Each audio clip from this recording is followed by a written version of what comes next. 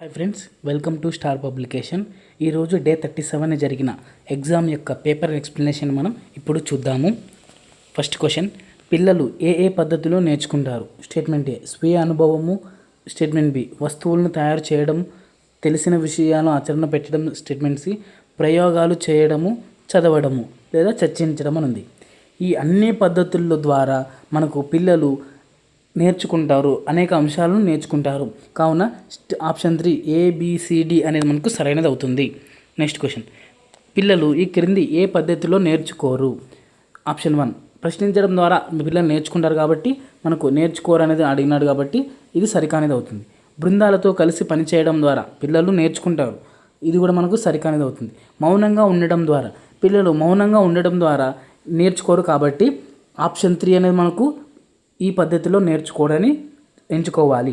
ఆలోచించడం, రాయడం ద్వారా కూడా మనకి పిల్లలు నేర్చుకుంటారు కాబట్టి ఇది కూడా మనకు సరికానిది అవుతుంది. నెక్స్ట్ క్వశ్చన్, ఈ క్రింది ఇచ్చిన వాక్యాలను పరిశీలించండి. స్టేట్మెంట్ ఏ పిల్లలు మానసిక పరిస్థితిని నిశ్చితంగా పరిశీలిస్తే ప్రతి పిల్లవాడికి తనకంటూ ఇష్టాలు, అభిరుచులు, నైపుణ్యాలు, వ్యవహార శైలితో పాటు ప్రవర్తన ఉంటుంది.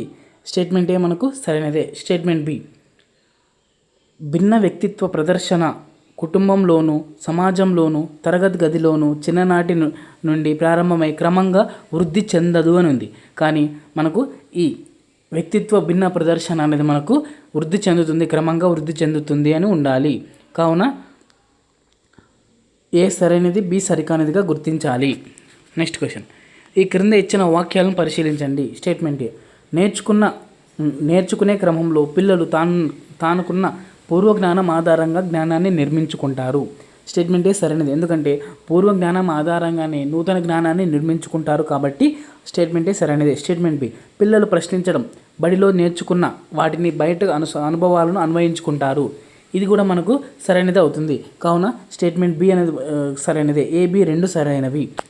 నెక్స్ట్ క్వశ్చన్, క్రియాశీలకంగా పాల్గొనడంలో ఈ క్రింది ఇచ్చిన వాటిలో ఏ అంశం ఉంటుంది? పరిశీలన ఉంటుంది, పరిశోధన ఉంటుంది, ప్రశ్నించడం, చర్చించడం అనేవి కూడా ఉంటాయి. అంటే క్రియాశీలకంగా ఒక కృత్యంలో పాల్గొనడం ద్వారా పరిశీలనను చేస్తాము, పరిశోధన అనేది చేస్తాము, ప్రశ్నించడము, చర్చించడం అనేవి ఈ అన్ని పద్ధతులను, అన్ని అంశాలను చేస్తాం కాబట్టి పైవన్నీ అనేది మనకు సరైనది అవుతుంది. నెక్స్ట్ క్వశ్చన్, ఈ క్రింద ఇచ్చిన వాక్యాలను పరిశీలించండి. స్టేట్మెంట్ ఏ వివిధ సందర్భాలకు అన్వయించడం వల్ల సిద్ధాంత ప్రతిపాదన, దృక్పథాలు, నూతన ఆలోచనలు, ఆవిష్కరణలు జరగవు అని ఉంది. కానీ వివిధ సందర్భాలకు అన్వయించడం అంటే అప్లై చేయడం ద్వారా మనకు సిద్ధాంతాలు, ఆవిష్కరణలు, నూతన ఆలోచనలు, దృక్పథాలు అనేవి ఆవిష్కరించడం జరుగుతుంది అని ఉండాలి, జరుగును అని ఉండాలి. కావున స్టేట్మెంట్ ఏ సరికాదు. స్టేట్మెంట్ బి పిల్లలు తమ అనుభవాల నుండి కానీ, ప్రసార మాధ్యమాల నుండి కానీ క్రొత్త ఆలోచనలు చేస్తూ ఉంటారు. స్టేట్మెంట్ బి మనకు సరైనది కాబట్టి ఏ సరికానిది, బి సరైనది. నెక్స్ట్ క్వశ్చన్, ఈ క్రింద ఇచ్చిన వాక్యాలను పరిశీలించండి. స్టేట్మెంట్ ఏ సవాళ్లతో కూడిన లక్ష్యాల వల్ల పిల్లలు స్వతంత్రంగా ఆలోచించడము, సమస్యలను పలు రూపాల్లో సాధన చేయగలుగుతారు, ఇది మనకు స్టేట్మెంట్ ఏ అనేది మనకు సరైనది అవుతుంది. స్టేట్మెంట్ బి స్వతంత్రతను ప్రోత్సహించిన తద్వారా సృజనాత్మకత, స్వీయ క్రమశిక్షణ పిల్లల్లో పెంపొందవు. ఇప్పుడు మనకు ఫ్రీడమ్ ఇవ్వడం ద్వారా పిల్లల్లో క్రియేటివిటీ అనేది పెరుగుతుంది. అలాగే స్వీయ క్రమశిక్షణ అంటే వాళ్ళే డిసిప్లైన్గా ఉండడం అనేది కూడా పెంపొందుతుంది అని ఉండాలి, పెంపొందును అని ఉండాలి. కాబట్టి స్టేట్మెంట్ బి అనేది మనకు సరికాదు. ఏ సరైనది, బి సరికానిది. నెక్స్ట్ క్వశ్చన్, పియాజే ప్రకారము భావనోద్భావము ఏ విధంగా జరుగును? ఆప్షన్ 1 అనుభవాలు, పరిసరాలలో ప్రతిచర్య పొందడం వల్ల భావనలు ఏర్పడతాయి, మనకు ఆప్షన్ 1 సరైనదే. ఆప్షన్ 2 కూడా చూద్దాం. వ్యవస్థీకరణ, అనుకూలనీయత వల్ల భావన వికాసం జరుగుతుంది, ఆప్షన్ 2 కూడా మనకు సరైనదే కాబట్టి ఆప్షన్ 3 1 మరియు 2 అనేది మనకు పియాజే ప్రకారము భావనోద్భావం అంటే భావన అనేది ఎలా ఉద్భవిస్తుంది అని పియాజే పేర్కొన్నాడు కాబట్టి ఆప్షన్ 3 సరైనది అవుతుంది. నెక్స్ట్ క్వశ్చన్, కుతూహలము, ఆసక్తి ఉండి అభ్యసనము గమ్య నిర్దేశకమై ప్రయోజనాత్మకమైనప్పుడు ఏ వయస్సు వారికైనా ఎప్పుడైనా బోధించవచ్చని ఏ మనోవిజ్ఞాన శాస్త్రవేత్త అభిప్రాయపడ్డాడు? అంటే మనకు పరిపక్వతతో సంబంధం లేకుండా ఏ వయసు వారికైనా అభ్యసనం బోధించవచ్చు అని అభిప్రాయపడినది ఎవరు అంటే మనకు బ్రూనరు. కావున ఆప్షన్ 2 సరైనది. నెక్స్ట్ క్వశ్చన్, బ్రూనర్ ప్రకారము భావనోద్భావం ఏ విధంగా జరుగును? ఆప్షన్ 1 ఏ భావన ఏర్పరచాలన్నా ఆ అంశం సూత్రాలను చెప్పాలి, సూత్రములను చెప్పాలి. ఆప్షన్ 1 సరైనది. ఆప్షన్ 2 సులభమైన భావనల తర్వాత సంక్లిష్టమైన భావనలు ప్రవేశపెట్టాలి. అంటే సులభమైన వాటి నుంచి సంక్లిష్టమైన వాటిని నేర్చుకోవడం. ఆప్షన్ 2 కూడా సరైనది. ఆప్షన్ 3 మొదటి దశలో నాటకీకరణ, తద్వారా చిత్రపట పద్ధతి ద్వారా చివరకు సంకేత పద్ధతులను ప్రవేశపెట్టాలి. ఇది కూడా మనకు బ్రూనర్ భావనోద్భావంలో పేర్కొన్నారు కాబట్టి ఆప్షన్ 3 కూడా సరైనది. అంటే పైవన్నీ సరైనవి అనేది మనకు బ్రూనర్ ప్రకారము భావనోద్భావంలో జరిగే పద్ధతులు లేదా జరిగే క్రమం అని చెప్పవచ్చు. Next question. Statement A every student is responsible for his work. ఇక్కడ మనకు ఎవ్రీ స్టూడెంట్, ఎవ్రీ అని తర్వాత వచ్చిన తర్వాత మనకు సింగులర్ హెల్పింగ్ వర్బ్ని ఉపయోగించాలి. సింగులర్ హెల్పింగ్ వర్బ్ని ఉపయోగించాలి. ఇక్కడ ఎవ్రీ తర్వాత ఈజ్ అనే సింగులర్ హెల్పింగ్ వర్బ్ ఉపయోగించినా కాబట్టి స్టేట్మెంట్ ఏ సరైనది. Statement B every students are అని ఉంది ఇక్కడ. అంటే ఎవ్రీ తర్వాత మనకు ఎప్పుడైనా కానీ సింగులర్ హెల్పింగ్ వర్బ్నే ఉపయోగించాలి. ఇక్కడ ఆర్ అనేది ప్లూరల్ హెల్పింగ్ వర్బ్ కాబట్టి స్టేట్మెంట్ బి సరికాదు. Only A is correct. Next question. Choose the correct sentence. ఇక్కడ మనకు అన్నిటిలో కూడా Ravi and Mohan, Ravi and Mohan, Ravi and Mohan అని ఉంది. ఇక్కడ మనకు రవి అండ్ మోహన్ అండ్ అనేది రెండు సబ్జెక్ట్స్ని కలిపినాయి అంటే అక్కడ మనకు ప్లూరల్ హెల్పింగ్ వర్బ్గా ఉపయోగించాలి. ప్లూరల్ హెల్పింగ్ వర్బ్ని మాత్రమే ఉపయోగించాలి. ఇక్కడ ఈజ్ అనేది మనకు సింగులర్ హెల్పింగ్ వర్బ్, యాజ్ అనేది సింగులర్ హెల్పింగ్ వర్బ్, వాజ్ అనేది సింగులర్ హెల్పింగ్ వర్బ్, ఆర్ అనేది మాత్రమే మనకు ప్లూరల్ హెల్పింగ్ వర్బ్. కావున Ravi and Mohan are playing అనేది మనకు కరెక్ట్ సెంటెన్స్ అవుతుంది. Next question. ఇన్కరెక్ట్ పేర్ ఏదో చూద్దాం. ఇక్కడ ఫస్ట్ ఆప్షన్ ఈచ్ బాయ్. ఇక్కడ మనకు ఈచ్ అనేది మనము ఉపయోగించినాము అంటే దానికి ఖచ్చితంగా సబ్జెక్ట్ వర్బ్ అగ్రిమెంట్ ఏదవుతుంది అంటే సింగులర్ హెల్పింగ్ వర్బ్ని ఉపయోగించాలి. ఈజ్ అనేది సరైనది అవుతుంది. ఎవ్రీ గర్ల్ తర్వాత కూడా మనకు సింగులర్ హెల్పింగ్ వర్బే ఉపయోగించాలి. మెనీ స్టూడెంట్, మెనీ తర్వాత మనము మెనీ అనేది ప్లూరల్ కాబట్టి ప్లూరల్ హెల్పింగ్ వర్బ్ ఉపయోగించాలి. ఎవ్రీ బాయ్స్ అని ఉంది. ఇక్కడ మనకు ఎవ్రీ అని వచ్చిందంటే ఖచ్చితంగా ఇక్కడ ఏముండాలి అంటే మనకు సింగులర్ సబ్జెక్టే ఉండాలి, సింగులర్ హెల్పింగ్ వర్బే ఉండాలి. కాబట్టి ఈజ్ అనేది ఉండాలి. ఎవ్రీ బాయ్స్ ఈజ్ అనేది మనం వాడాలి. కావున ఆప్షన్ 4 మనకు ఇన్కరెక్ట్ పేరుగా గుర్తించాలి. Next question. ఎవ్రీ వన్ తర్వాత మనం ఎవ్రీ వన్ అనేది మనము ఇండెఫినెట్ ప్రొనౌన్స్ అని చెప్తాం. ఈ ఇండెఫినెట్ ప్రొనౌన్స్ తర్వాత ఎప్పుడు కూడా మనము సింగులర్ హెల్పింగ్ వర్బ్స్ని ఉపయోగించాలి. కావున ఎవ్రీ వన్ అనేది ఈజ్ అనేది ఉపయోగిస్తాం. స్టూడెంట్స్ అనేది ఆర్ కాబట్టి ఆర్. న్యూస్ అనేది చూడడానికి ప్లూరల్గా ఉంటుందే కానీ దాన్ని మనము సింగులర్గా కన్సిడర్ చేయాలి. కావున ఈజ్ అనేది ఉపయోగించాలి. బాయ్స్ అనేది ఆర్గా ఉపయోగించాలి. మనం దీనికి ఆన్సర్ ఏమవుతుంది అంటే ఆప్షన్ 1 అనేది మనకు సరైనది అవుతుంది. Next question. Choose the correct verb form. One of the players. ఇక్కడ మనకు వన్ ఆఫ్ అని ఉపయోగించిన తర్వాత సబ్జెక్ట్ ఎలా ఉండాలి అంటే ప్లూరల్గా ఉండాలి. అలా ఉపయోగించిన తర్వాత ఏ హెల్పింగ్ వర్బ్ ఉపయోగించాలి అంటే ఖచ్చితంగా మనకు సింగులర్ హెల్పింగ్ వర్బ్నే ఉపయోగించాలి. కావున ఈ 4 ఆప్షన్లలో సింగులర్ హెల్పింగ్ వర్బ్ ఏది అవుతుంది అంటే ఈజ్ అనేది అవుతుంది. One of the players is absent అనేది మనకు కరెక్ట్ ఆన్సర్ అవుతుంది. ఆర్, వర్, హ్యావ్ అనేది మనకు ప్లూరల్ హెల్పింగ్ వర్బ్స్ అవుతాయి. కావున ఆప్షన్ 3 అనేది మనకు సరైనది అవుతుంది. Next question. Statement A many a student takes a singular verb. Statement A ఉంది. స్టేట్మెంట్ ఏ మనకు సరైనది అవుతుంది. ఇక్కడ మెనీ తర్వాత ఏ స్టూడెంట్ అని వచ్చింది. ఇది మనకు సరైన స్టేట్మెంట్ అవుతుంది. తర్వాత సింగులర్ హెల్పింగ్ వర్బే ఉపయోగించవచ్చు. అలాగే మెనీ స్టూడెంట్స్ అని వచ్చినప్పుడు ప్లూరల్ హెల్పింగ్ వర్బ్ ఉపయోగించాలి అంటున్నారు. ఇది కూడా మనకు సరైన స్టేట్మెంట్ అవుతుంది కాబట్టి స్టేట్మెంట్ బి కూడా సరైనదే. Both A and B are correct. Next question. Choose the correct sentence. ఇక్కడ మనం ఇందాకే చెప్పుకున్నాం కదా, మెనీ ఏ స్టూడెంట్ అనేది మనకు కరెక్ట్ అవుతుంది. కావున స్టూడెంట్స్ అనేది రాంగ్. ఇక్కడ మెనీ స్టూడెంట్ అనేది కాబట్టి ఇది కూడా రాంగ్. కాబట్టి మనం మెనీ స్టూడెంట్స్ తర్వాత సింగులర్ హెల్పింగ్ వర్బే ఉపయోగించాలి కాబట్టి యాజ్ అనేది సరైనది అవుతుంది. Many a student has failed. కావున ఆప్షన్ 2 మనకు సరైన ఆన్సర్ అవుతుంది. Next question. ఎర్రర్ డిడక్షన్ ఏది ఉంది అంటే మనకు error option 3 committee have taken a decision అనేది మనకు ఎర్రర్ ఉంది. కావున ఆప్షన్ 3 అనేది మనకు సరైన ఆన్సర్గా గుర్తించాలి. Next question. Collective nouns. Statement ఏ collective nouns generally take singular helping verbs. Collective noun మనం ఉపయోగించినామంటే దాని పక్కన ఎప్పుడైనా కూడా సింగులర్ హెల్పింగ్ వర్బ్సే ఉపయోగించాలి. కావున స్టేట్మెంట్ ఏ సరైనది. Statement B team, committee, jury, collective nouns ఇవి మనకు సరైనవే. ఇవన్నీ కూడా మనకు కలెక్టివ్ నౌన్స్ అవుతాయి కాబట్టి స్టేట్మెంట్ బి కూడా సరైనదే. Both A and B are correct. Next question, choose the correct verb. Neither Ravi nor his friends. ఇక్కడ మనకు నైదర్ నారు ఐదర్ ఆర్ అని ఇచ్చినాడు అంటే దాని నియరెస్ట్ సబ్జెక్ట్ అంటే హెల్పింగ్ వర్బ్ ఏది ఉపయోగించాలి అంటే దాని నియరెస్ట్ సబ్జెక్ట్ ఏదైతే ఉందో దాన్ని బట్టి మనము సింగులర్ హెల్పింగ్ వర్బ్ ఉపయోగించాలా, ప్లూరల్ హెల్పింగ్ వర్బ్ ఉపయోగించాలి అనేది డిసైడ్ అవ్వాలి. ఇక్కడ మనకు హిజ్ ఫ్రెండ్స్ అనేది మనకు ప్లూరల్ కాబట్టి ప్లూరల్ సబ్జెక్ట్ ఉంటే ప్లూరల్ హెల్పింగ్ వర్బ్ని ఉపయోగించాలి. కావున ఈ మూడింటి 4 ఆప్షన్లో ప్లూరల్ హెల్పింగ్ వర్బ్ ఏది అవుతుంది అంటే ఆప్షన్ 2 ఆర్ అనేది మనకు ప్లూరల్ హెల్పింగ్ వర్బ్ అవుతుంది. నెక్స్ట్ క్వశ్చన్, దత్తాంశం యొక్క మధ్యగతం కనుక్కోండి. దత్తాంశం యొక్క మధ్యగతం ఏమవుతుంది అంటే ఫస్ట్ మనం మధ్యగతం కనుక్కోవాలి అంటే ఇచ్చిన దత్తాంశాన్ని ఆరోహణ క్రమంలో రాయాలి. ఇచ్చిన దత్తాంశం యొక్క ఆరోహణ క్రమం ఏదవుతుంది అంటే 17, 18, 24, 25, 35, 36, 46 ఇది మనకు సరైన ఆరోహణ క్రమము. ఇప్పుడు మనకి ఏది మనకు మధ్యగతం అవుతుందంటే మధ్య సంఖ్యన అవుతుంది. లాస్ట్ త్రీ నంబర్స్ మనకు మధ్యలో 25 అనేది మనకు మధ్యగతం కాబట్టి ఆప్షన్ 3 అనేది మనకు సరైనది అవుతుంది. నెక్స్ట్ క్వశ్చన్, 15 మంది విద్యార్థులు గణిత పరీక్షల్లో వచ్చిన మార్కులు 25 మార్కులకు ఈ క్రింది విధంగా ఉన్నాయి. 19, 25, 23, 20, 9, 20, 15, 10, 5, 16, 25, 20, 24, 12, 20 ఈ దత్తాంశం యొక్క బహుళకము మధ్యగతము కనుక్కోండి అన్నాడు.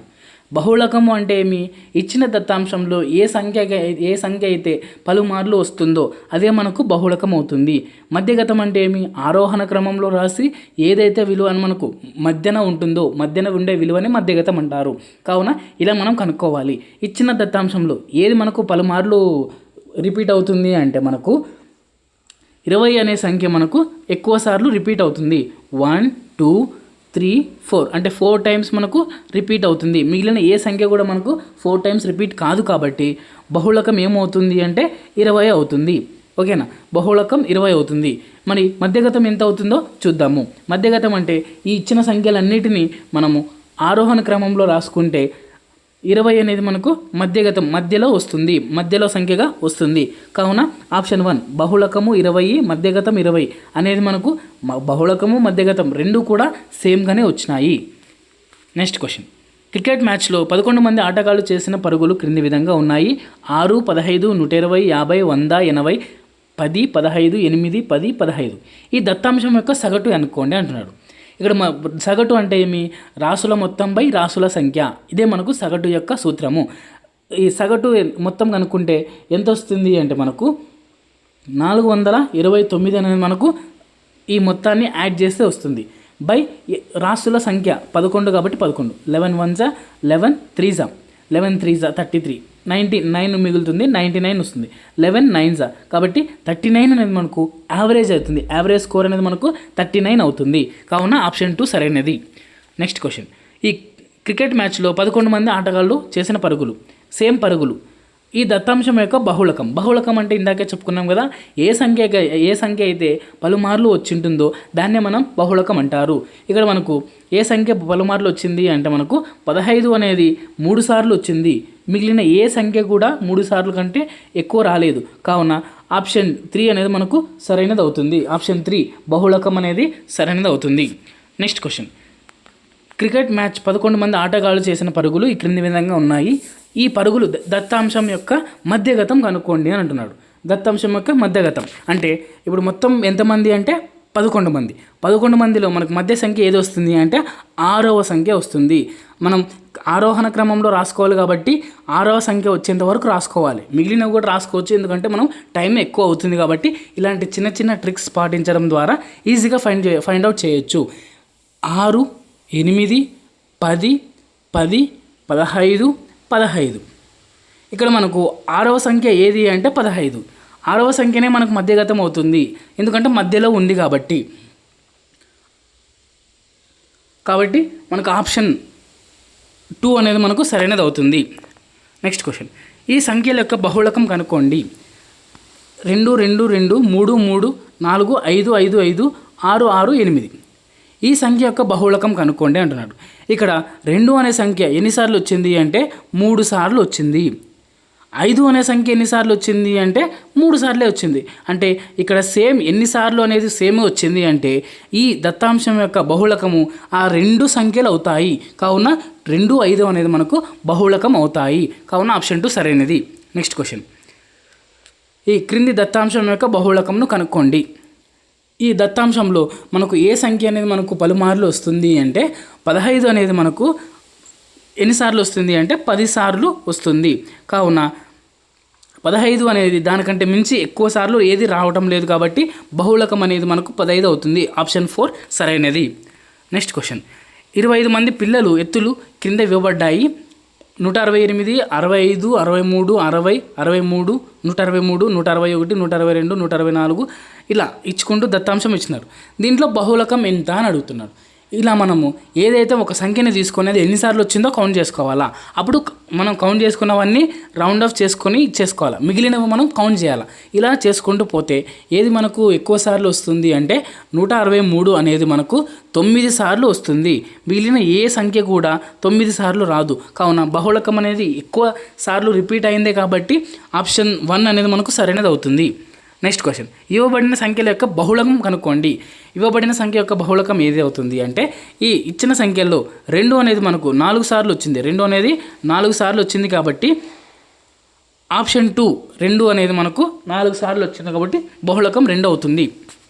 Next question, football league match క్రింద ఇచ్చిన గోళ్ళ తేడాలు జట్లు గెలిచాయి. ఈ దత్తాంశం యొక్క బహుళకం ఎంత అంటే ఈ తేడాలతో గెలిచాయి ఫుట్బాల్ మ్యాచ్లు. దీంట్లో ఏ తేడా ఎక్కువ ఉంది, బహుళకం ఏ సంఖ్య ఎక్కువగా రిపీట్ అయ్యింది అనేది మనకు బహుళకం అవుతుంది. కాబట్టి ఏదో సంఖ్య ఉంటుంది అంటే 2 అనేది మనకు 14 సార్లు రిపీట్ అయింది కాబట్టి ఈ దత్తాంశం యొక్క బహుళకం ఎంత అవుతుంది అంటే 2 అనేది అవుతుంది. ఆప్షన్ 2 సరైనది. నెక్స్ట్ క్వశ్చన్, ఈ క్రింద ఇచ్చిన జతలలో సరికానిది ఏది? మనకు సరికానిది ఏది అంటే చూద్దాం. ఇక్కడ మనకు సరికానిది అనకూడదు, ఈ క్రింద ఇచ్చిన వాటిని పరిశీలించండి అని ఉండాలి. పరిశీలించండి అని ఉండాలి.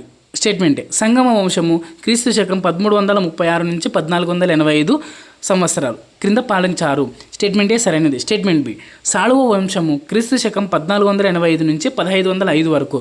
స్టేట్మెంట్ బి కూడా సరైనది. స్టేట్మెంట్ సి, తుళువ వంశము క్రీస్తు శకం 1505 నుంచి 1570 అంత మధ్య కాలంలో పరిపాలించారు. స్టేట్మెంట్ సి కూడా సరైనది.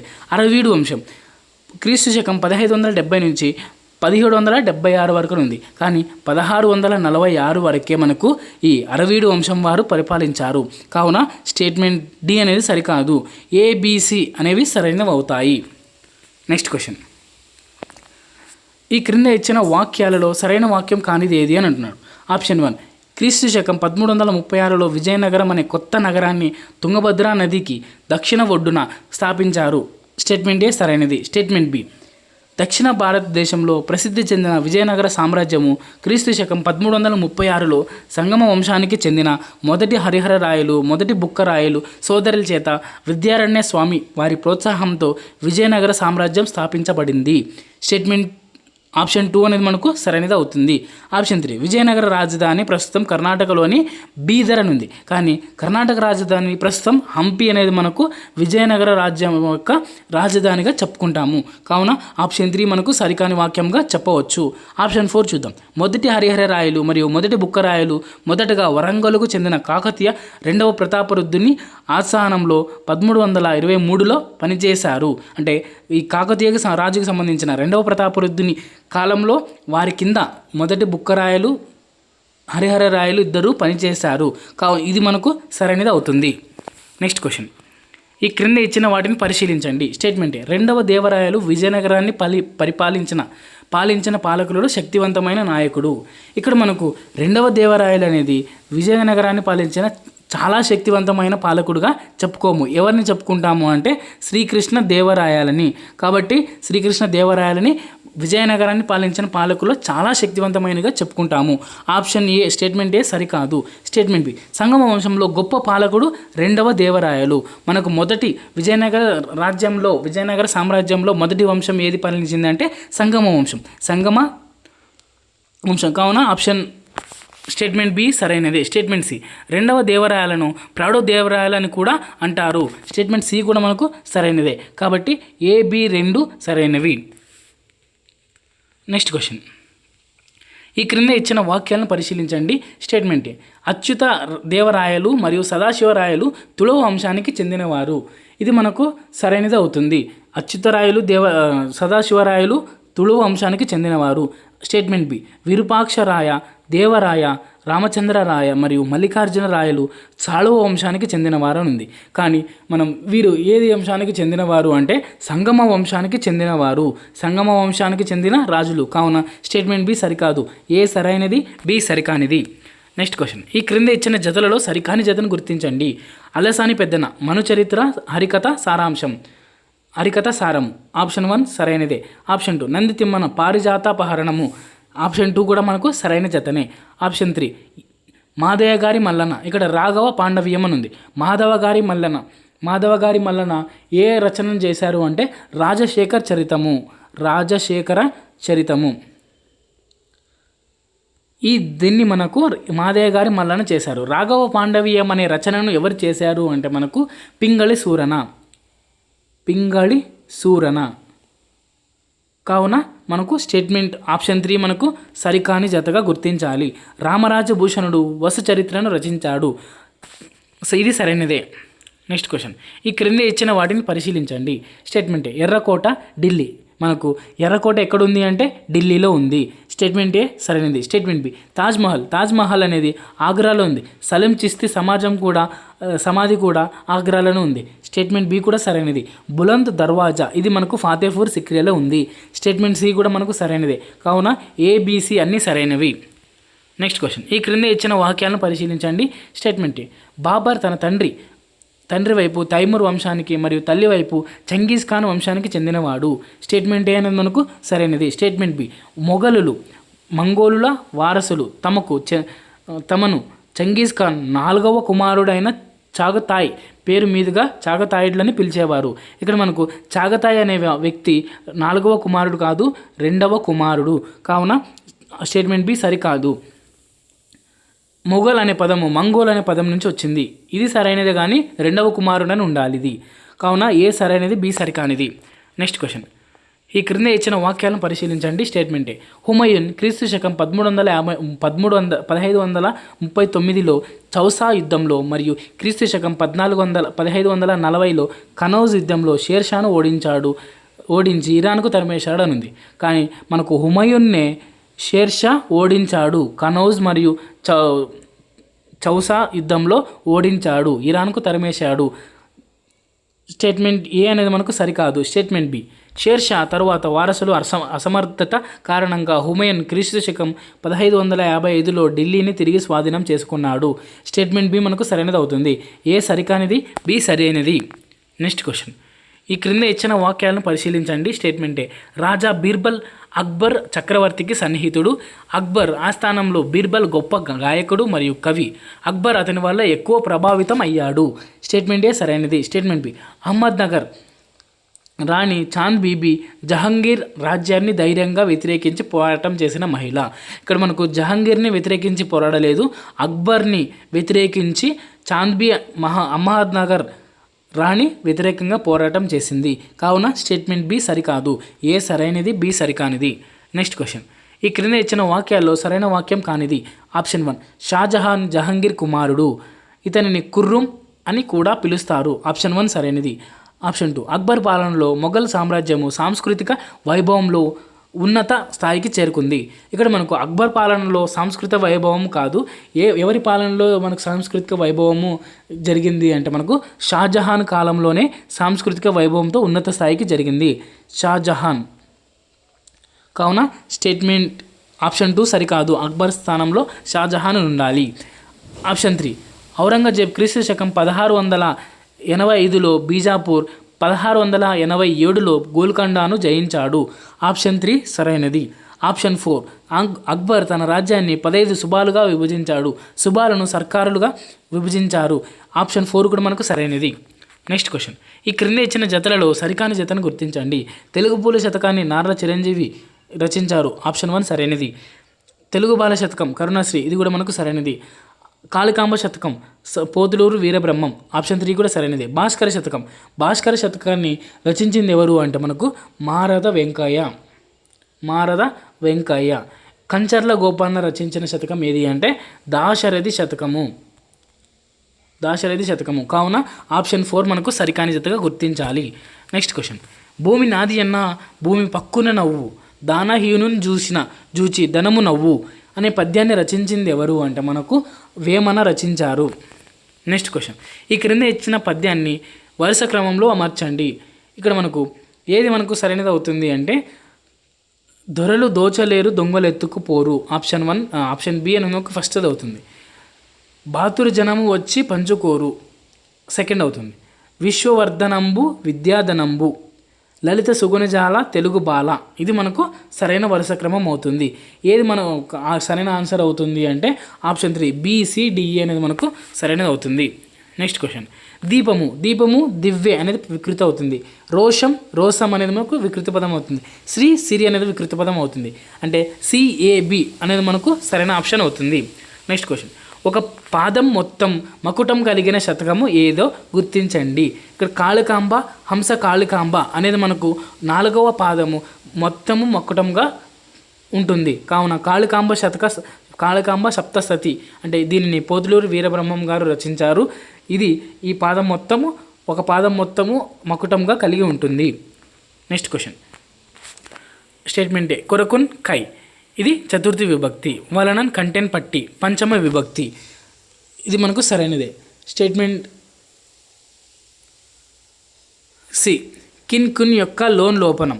ఇక్కడ కిన్కున్ యొక్క లోన్ లోపల అనేది సప్తమ విభక్తి అని ఇచ్చాను, కానీ షష్ఠి విభక్తి అని ఉండాలి. కావున స్టేట్మెంట్ సి సరికాదు. AB 2 సరైనవి. నెక్స్ట్ క్వశ్చన్, ఈ క్రింద ఇచ్చిన వాక్యాలను పరిశీలించండి. స్టేట్మెంట్ ఏ అర్థవంతమైన 2 పదాలు కలిసి ఒకే పదబంధంగా ఏర్పడడాన్ని సమాసం అంటారు. సమాసంలోని మొదటి పదాన్ని ఉత్తర పదమని, రెండవ పదాన్ని పూర్వ పదమని అంటారు. కానీ సమాసంలోని మొదటి పదాన్ని పూర్వ పదం అంటారు, రెండవ పదాన్ని ఉత్తర పదం అంటారు. కావున ఆప్షన్ ఏ అనేది మనకు సరికానిది.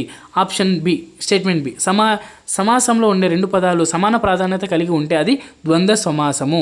స్టేట్మెంట్ బి సరైనది. అంటే ఏ సరికానిది, బి సరైనది. నెక్స్ట్ క్వశ్చన్, స్టేట్మెంట్ ఏ సరస్వతి మందిరం, సరస్వతి యొక్క మందిరము.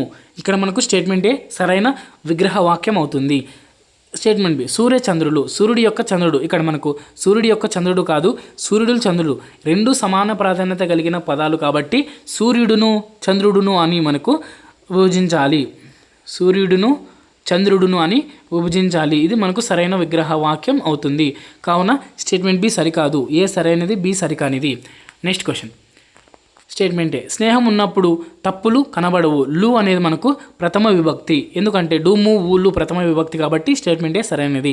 మాధవి పూజ కొరకు పూలను కోసింది. కొరకున్ కై అనేది మనకు తృతీయ విభక్తి కాబట్టి స్టేట్మెంట్ బి సరైనది. స్టేట్మెంట్ సి జీవితంలో జయాపజయాలు ఉంటాయి. మనకు ఇక్కడ కొరకున్ కై అనేది మనకు చతుర్థి విభక్తి అవుతుంది. కాబట్టి స్టేట్మెంట్ బి సరికాదు. స్టేట్మెంట్ సి లో అనేది మనకు షష్ఠి విభక్తి అవుతుంది. కిన్ యొక్క లోన్ లోపల అనేది మనకు షష్ఠి విభక్తి. కావున స్టేట్మెంట్ సి సరైనది. AC 2 సరైనవి. నెక్స్ట్ క్వశ్చన్, నాదన్న అంటే నాది ప్లస్ అన్న అనేది మనకు సరైన సంధి పదం అవుతుంది. నెక్స్ట్ మరీ ప్లస్ ఏమి అని ఉండాలి. మరు ప్లస్ ఏముంది, మరీ ప్లస్ ఏమి అని ఉండాలి. కావున స్టేట్మెంట్ బి సరికాదు. ఏ సరైనది, బి సరికానిది. ఇది మనకు ఈ రోజుకి సంబంధించిన పేపర్ ఎక్స్ప్లెనేషను. ఈ వీడియో నచ్చినట్లయితే లైక్ చేయండి, సబ్స్క్రైబ్ చేసుకోండి. మీరు లైక్ చేస్తే మనకు ఇంకా ఎనర్జెటిక్గా మేము ఇలాంటి మరిన్ని వీడియోస్ చేస్తాము. అలాగే మీ ఫ్రెండ్స్ అందరికీ షేర్ చేయండి. ఫ్రీ ఎగ్జామ్ సిరీస్ రాసుకోవడానికి DSC వరకు 9966883021 అనే నంబర్కు ఎగ్జామ్ సిరీస్ అని మెసేజ్ చేయండి. మేము ఫ్రీగా గ్రూప్లో జాయిన్ చేసి ఫ్రీగా ఎగ్జామ్ సిరీస్ని మీకు పొందుపరుస్తాము. Thank you.